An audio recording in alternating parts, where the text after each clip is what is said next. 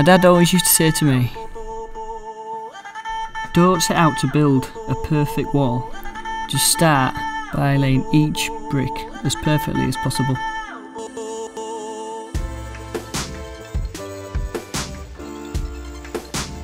April is the cruelest month, breeding lilacs out of the dead land, mixing memory and desire, stirring dull roots with spring rain.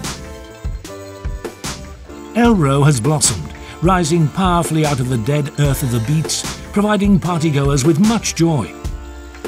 Crucial to the rotation system is dispensing with the previous year's crop. Rob has found the joy in London town within the precious metal of his brothers in arms, while Mike has cast his past aside by packaging it up and leaving it on a shelf to grow dusty. This freedom has resulted in the first live appearance of the D.O.T. finally being booked in at the amazing Fuji Rock Festival in Japan. Mike and Rob have shared many a magical moment there and will at last appear on a proper stage together. If Ted can get it together, it will also be accompanied by the first proper musical release from the duo. Sometimes I feel great, Yeah. you know. Sometimes I feel terrified, if I'm honest. It's a hell of a thing to fuck up. I try to just keep visualising, you know, everything going really well. I want to do Roger Daltrey, you know, where they like tape two 57s together. Yeah.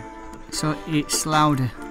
Do you know what I mean? It's louder? Yeah. Why not turn one of them up? Well, that's what I always thought, but why? So I had two 57s.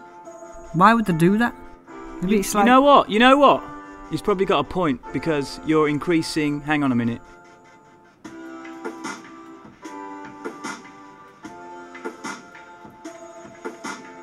Yeah, you're increasing the surface area of the diaphragm.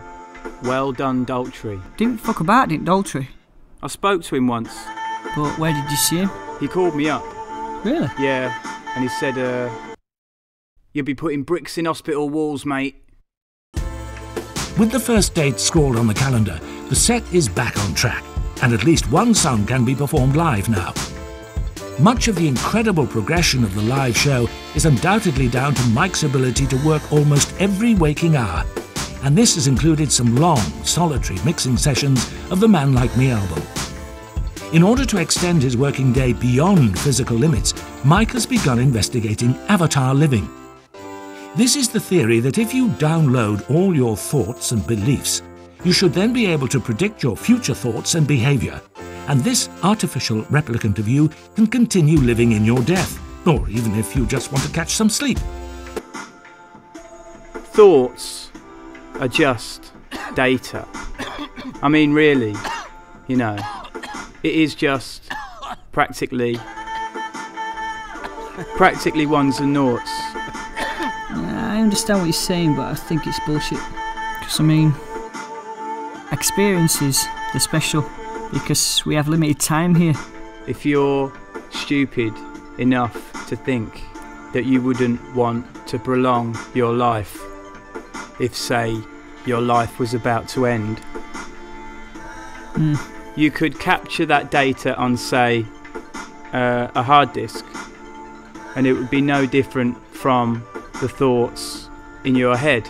Experiences are special because we have limited time here. You'd have the same experiences. How would you feel if someone said to you you didn't have to have a bald head?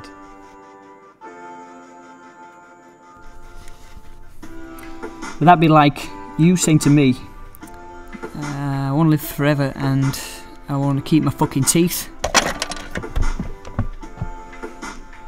Rob is, of course, fervently against such a form of determinism, however, and is making protests in favour of free will by attempting to live his life purely as a child. To be honest, I'm starting to worry about the sanity of both of them. I hope they snap out of it, as I do rather like doing these little voiceovers.